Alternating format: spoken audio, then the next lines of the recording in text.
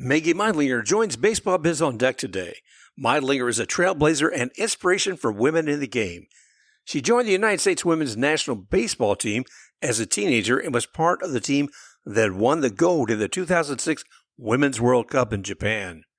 Today, Meggie continues to play the game and will be part of the 2024 Women's Baseball World Cup to be held in Thunder Bay.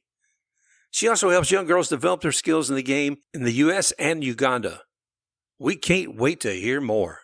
So let's get started.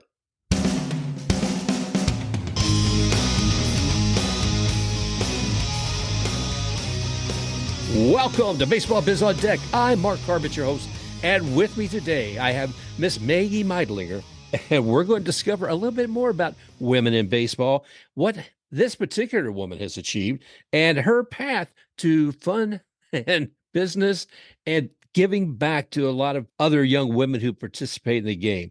Hey, welcome, Meggie. How you doing today? Hey, Mark, I'm good. How are you doing? Thanks so much for having me today.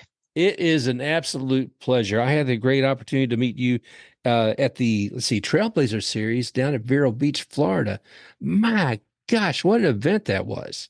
Oh, it's incredible. It's one of my all-time favorite events each year, and it's incredible to see how much it's growing, and I have a blast at that event every single year. I mean, anybody who came to that would see all these young women who've actually who've been playing in the game, but they're being coached, they're being taught by people like yourself who've already achieved so much, with the USA baseball team. And that they have to be locked in on you and all the other women who are coaching during those few days there. It's got to be, something as a life experience, if you will. Oh, absolutely. And what I tell the girls each year at these things too is, man, what an incredible opportunity. These events are top of the line, and these events weren't happening when I was their age growing up, and let alone knowing that other girls were playing baseball. So for these girls to be able to play and attend at these events, and meet other girls playing baseball and get coached and just be surrounded by women in the game of baseball is just an incredible thing to get to be a part of. Well, let's talk a little bit about growing up with baseball, because I know some of the things I've read about you said basically you were picking up a ball at 4 years of age and ready to play the game. Ready to go. I started playing at 4 or 5 years old, and I got my parents to sign me up for t-ball right away. The other kids in the neighborhood were playing baseball, and I wanted to play too, and the rest is history from there. Well, and that's great. And one of the things I want to talk about too is looking there at one of the photos in, let's see, it was Jennifer Ring's book, A Game of Their Own, and a chapter on you, and it shows a photo of you as a youngster in catcher's gear. So you've been on both sides of the battery, haven't you? That was a short-lived career behind the dish that only lasted a few years, and I have a lot of respect for my catchers. Catchers are incredible, and nothing but respect for them. But couldn't do what they do. Well, I always kid with some of the youngsters who come into the museum I work at.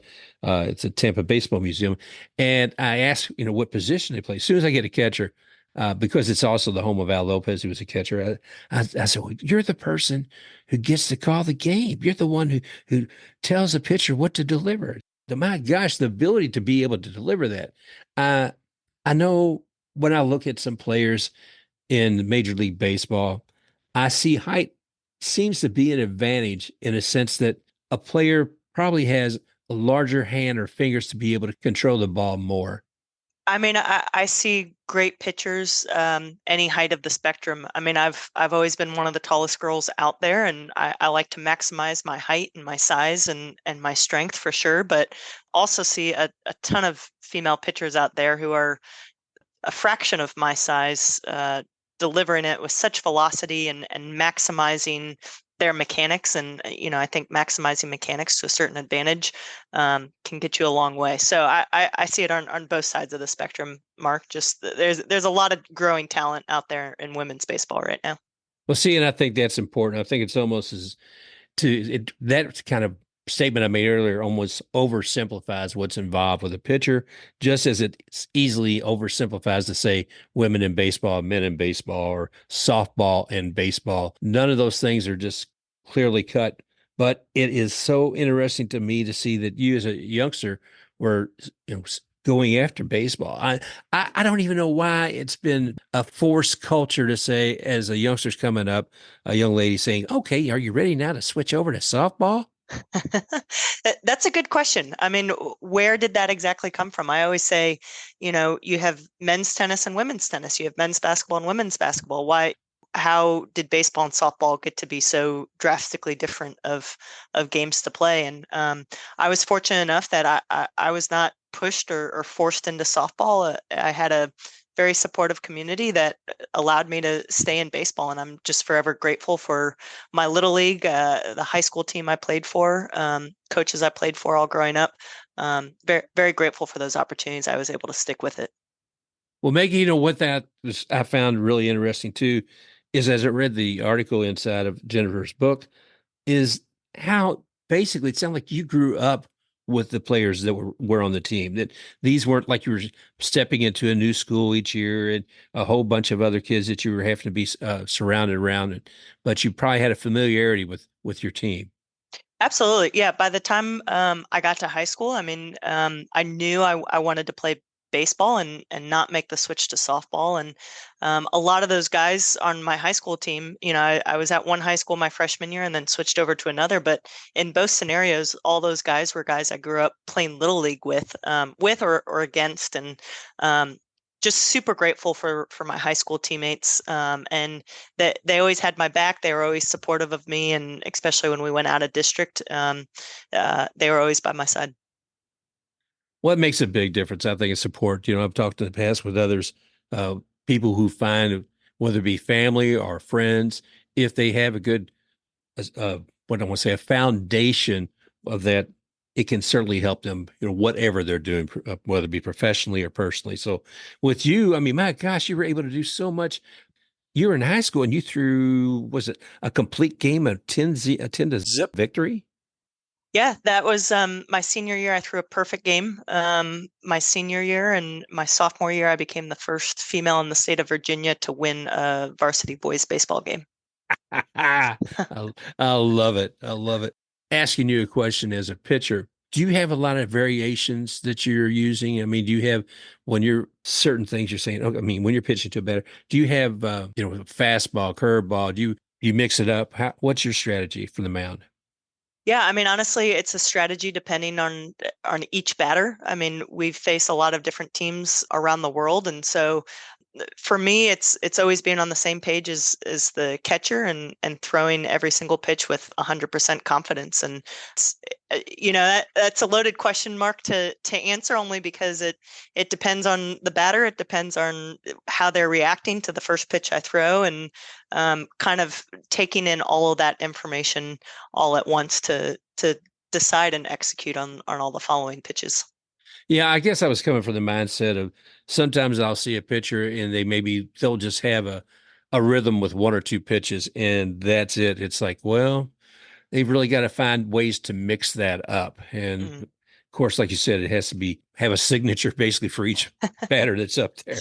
right. Oh, oh, wow. Maggie, I mean, to me, that sounds like so much fun coming up with a sport that you enjoy and having other youngsters around you that are enjoying that. But did you ever have a stigma or any kind of pushback from being a young lady playing the game?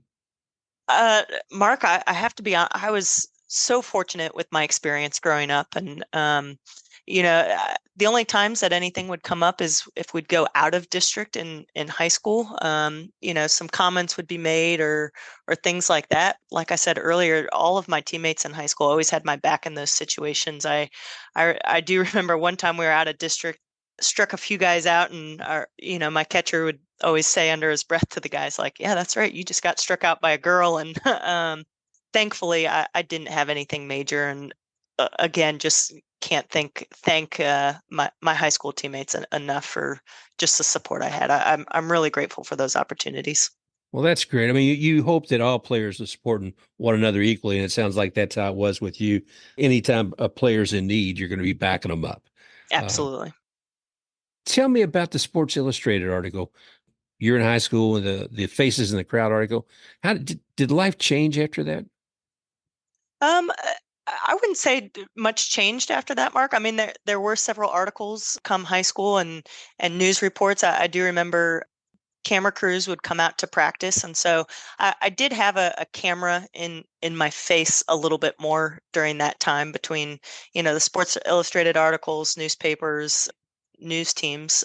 So there was a little bit more media attention, which comes with some of those things. And so I think that time with some of that attention, it was just really focusing, staying focused on the task at hand, playing my game despite kind of any of the added things of the media attention around that. And luckily I was able to still zero in and keep playing the game I loved. And all of that was great. And I'm so glad other girls could find out that other girls were playing baseball at the time as well. Well, that's a great way to bring it all together. And the thing of it is, when I'm looking at young girls and women's baseball, it's great to follow up and say, my gosh, great. This young lady, she was able to play. Okay, they didn't have a women's baseball team, but, young girls were able to play on that high school baseball team. But once you go to college, it's like, I am dying for the day that I'm seeing Division I teams of women's teams play against one another. And I don't know when that door is going to be cracked completely, when NCAA is going to be offering scholarships for that, because I see so many great players who say, well, if I'm going to go to college and I'm going to have to be a softball player. And in my mind, this it just isn't right. I don't know what it's going to take to turn all that around, but I think there just should be that opportunity. So in lieu of that, though, you have the USA national women's team. If you don't have a collegiate team, we basically have a USA team, and you've done fantastic with them. Well, thank you. Yeah, I'm Mark. I'm waiting for that day as well to have collegiate women's baseball, and the great thing is there are collegiate club teams popping up around the country, and so there is progress. But yeah, unfortunately, we're at a time of women's baseball history where we have a lot of great support system, kind of the 9 to 18 year age, and then it drops kind of when girls go to college, and a lot of girls are having to adjust of if they're not playing baseball, are they switch into softball? Are they playing a different sport? How do you keep up with things, especially Team USA wise? And so I'm with you, Mark. I long for the day to where it's an NCAA sport and there's more collegiate teams all around the country playing. But in your path, and correct me if I'm wrong, Mhm. Maggie, you didn't let that dictate what you wanted to do when you went to college. You went and sought was it architecture? That is correct. Ever since the second grade, I both wanted to be an architect and a professional baseball player. And so when the college decision came up, I went to Virginia Tech and studied architecture there, got a degree in architecture, and am a practicing architect to this day. Wow, that is so cool. I've always admired architects, and um, I always think I wish I could find one of the architects to build us a new stadium here in Tampa. But Well, you're in luck, Mark. I'm actually a sports architect. oh, you're kidding. Tell me about a couple of the projects you're working on, if you can. Yeah, absolutely. Actually, doing a baseball stadium right now here in Georgia, and it's a whole expansion, pitching technology, batting tunnels, the whole gambit. So honestly, that's a dream come true of a project right there. Getting to combine those two passions together between architecture and baseball, and man, it's a dream come true of a project. A lot of fun. Oh, that is ultra cool. I mean, there's so many times I go to a stadium and I'm fascinated with either how fantastic it is, or there's an item or two and go, oh, good heavens, did somebody think this through? It can make or break a player and fan experience, right? And I like to think I've seen enough stadiums that, from my fan perspective and a player perspective and a coaching perspective with the MLB and USA events that seeing all of those things come together is a lot of fun. I always worry about the ones where basically you have the bullpen practically on out there on the field and looking for some erstwhile ball coming over there. It's like, oh my gosh, please put a net up over that area or something. Protect these people. Don't worry, But I might be a little biased in my designs for a pitcher's perspective. So oh, that's perfect. That's perfect. Oh my. You're in college, you're studying architecture, but you haven't set baseball completely aside. I mean, at that no, point in your life, how were you still staying involved? so I first joined the national team in 2006, and then 2008 I was in college, made the team then, and then there was a time after that I was not playing on Team USA, and I moved overseas and was doing architecture in Uganda. So there was honestly a time there, Mark, in the middle of my career where I thought my career was done. Other things were happening, and I'm very grateful for the whole back half of my career I've had.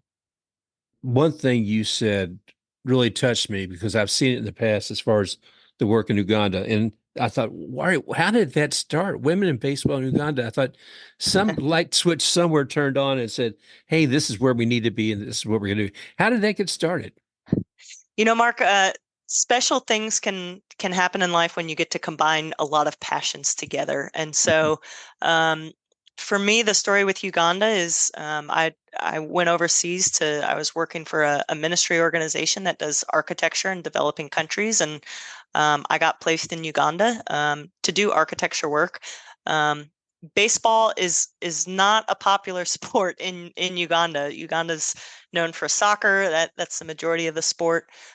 So obviously for me at a time when I thought my career was over, it doesn't mean that you don't stop loving the game or want to stop playing.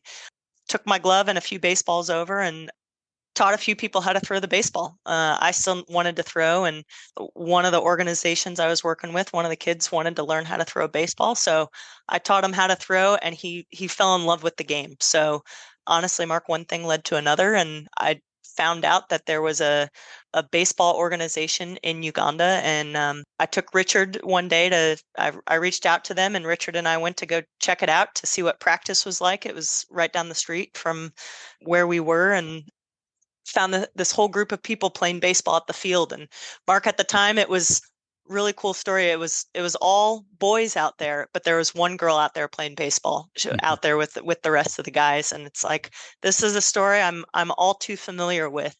Kind of from there, got connected with Jimmy with the Uganda Baseball Association, and he and I stayed in touch over the years. And he started following just everything that was going on with women's baseball in the United States. So between Team USA and all the MLB events throughout the year, and we stayed in touch. And in 2019, he and I organized the first women's baseball clinics in Uganda. And so a group of four of us, myself, Anna Kimbrell, Stacy Piagno, and AJ Hamilton, went over there. And it was the first women's baseball clinics, and it was a huge success. So many girls came out. They were hungry to learn the game of baseball. Baseball is bigger than itself, right? And baseball provides so many opportunities to travel the country, to stay in school, and for these girls, it's a different story than it's the same story, right? But it's also a different story of using sport for them to stay in school, continue their education. Some of those things aren't as easy as it is for us here. And so since 2019, Jimmy has just grown the game of women's baseball immensely. Over 300 girls are now playing baseball in Uganda. We got to go back, myself, Anna again, Ashton, and Kelsey Whitmore. We got to go back this past December, and baseball has expanded now to 8 different regions in Uganda. They're starting a league, and there's actually going to be an East African women's baseball tournament coming up in the fall. So these girls are just hungry to learn the game of baseball. There's no excuses. Girls show up wearing whatever they have, barefoot. They might take a ball off the shin, and they're ready for the next ground ball. They learn so quickly, and right now it's just a matter of getting gear and opportunities over to them. But their growth and development in the past 4 years since we were last there is just incredible, and so inspiring to see the growth of the game there. Well, Maggie, I tell you, it's entertaining and exciting to see any youth pick up the ball maybe for the first time and to be encouraged to do something with it. And when they achieve it, whether it's getting that ball over to first, getting somebody out, or pitching it across the plate. I mean, to me, that's refreshing. As much as I love going to watch a professional game, I enjoy watching either amateur or going down and watching the little league and seeing those young minds and eyes just devour the joy of the game while they're out there. Oh, absolutely. Absolutely. It's so much fun. And, even doing pitching lessons with some of the kids, and it's like, hey, we want to learn a curveball. And you just show them a few simple things. And the minute those things click, it's just, and you see their eyes light up. It's a really fun thing to be a part of. Wow. Well, but you didn't stop there. I mean, you came back, with the USA team and working with the Trailblazers program with what the MLB develops. Yeah, those things have been awesome. I just love coaching the younger girls. Again, just to see these opportunities that these girls now have, and to see everything just growing at an exponential rate is a lot of fun. And to just give back. I mean, when I was a kid, there weren't other women really playing to look up to. I mean, I knew about the All-Americans in the 40s and 50s. Isla Borders was a huge inspiration for me, knowing that she was a female pitcher. But other than that, there was few. And now for these girls to see the entire USA national team, to see all these incredible women coaching in the majors and the minor leagues, and what Kelsey Whitmore is doing, it's really powerful for these young girls to be able to see things that they can achieve, and keep pushing these boundaries. Future of women in baseball. Keep looking for, more, but with what you're achieving and paving the way for all of those things. I mean, I know Division One's not going to happen next week, but I'd like to see it within a decade, and that's even too long for me personally. Agreed. But I don't know. We'll see what happens. But I am so inspired what you and the others that are doing with these young women and keeping it alive. And it makes a difference. So if I'm sitting there by you, I'm saying, okay, Maggie, show me what's the rest of 2024 look like. Your calendar must be just chock full. What do you have on your schedule? It's pretty full there for the rest of the year, but all good things. I mean, this summer is a huge summer for us. Summer 2024, July is it's a World Cup summer, and the last time we had a World Cup was in 2018. COVID delayed a few things, so this is a long time coming for us. It's been 6 years since the last World Cup. It's in Thunder Bay, Canada this year, and so it's a big summer for us for women's baseball, having the World Cup this summer. Been long anticipation, and we're ready to rock and roll with it. We had qualifiers last year. There's 6 teams in the World Cup, and we're ready to go out and show the world who we are. And we're waiting to see it. This isn't a new trip for you though. Back in 2006, right? 2006, we won gold in 2006. We were playing in Taiwan that year, and 2006 was my first year with the Team USA. Jeez, my knees. Again, I look at this and I'm just so excited about what you achieved and the example that you set for a lot of other young ladies. And, I see a thread in here mentioned a few times. It wasn't something you made a big deal out of, but I get a sense that faith is part of who you are as well, and probably drives you where you're giving back, whether it be to Uganda or to the young ladies over here in the U.S. Absolutely, my faith is the most important thing to me, and my relationship with Jesus, and it's just the opportunities I've been given is not something I ever take for granted, especially with the whole second half of my career. Shoot, anytime you ask me to go coach young girls playing baseball, and just give back in that way, is a huge honor. And anytime I step foot on a field, it's just a huge amount of joy and fun, because I mean, what is it if it's not fun, right? Yeah. And just very grateful for all those opportunities. Well, it's good to hear you say that too, because I think sometimes people are afraid to speak about what their faith has done for them and what they've been able to achieve. So thank you for sharing that. Absolutely. Okay, jumping back, I'm a little bit of a jumping bean all over the place here, but coming back to Thunder Bay. So what's that going to look like? Yeah, end of July, Thunder Bay. We head up for training in Minneapolis, and we'll have time together all as a team before heading up to Thunder Bay. And a lot of great teams and countries showing up this year. We're ready to dominate. We've been doing a lot of hard work these last several years, and I think we have a lot to show the world who we are. Well, I'm looking forward to it. Thank you, Meggie, so much for all you're doing. Absolutely. Is there anything else you'd like to share or think we should mention? Yeah, Mark, I think I wouldn't be where I am and the opportunities I've been given in my career without all the trailblazers before me and all the women of the All American League, Isla Borders, the Silver Bullets. I think there's a lot to acknowledge to even get the storyline of women's baseball to where we are today. And just so grateful for those who have paved the way before me. I'm excited for how this trail is going to continue to be blazed, and I'm looking forward to the future of women's baseball. But so grateful for all those who, with Title IX and just everyone who's gone before me to even allow the opportunities I've been blessed to have. Well, thank you, Meggie. I appreciate all you've done too. And I know all the young girls and women who participate with the game do as well. So we continue to hope and pray for more growth for that. And again, thanks for all that you've been doing with it, Meggie. Well, thank you very much, Mark. All right. Meggie Meidlinger on Baseball Biz on Deck. Thank you so much for coming. Thanks for the illumination, and hopefully we can talk about more things to come in the future with women's baseball. Would love that. Thank you so much for having me today, Mark. All righty. I want to thank Meggie Meidlinger again for joining Baseball Biz on Deck today and for all that she does for women and girls who love the game. Remember, you can find Baseball Biz on Deck on Spotify, iHeartRadio, YouTube, Apple Podcasts, YT Radio, and of course at www.baseballbizondeck.com.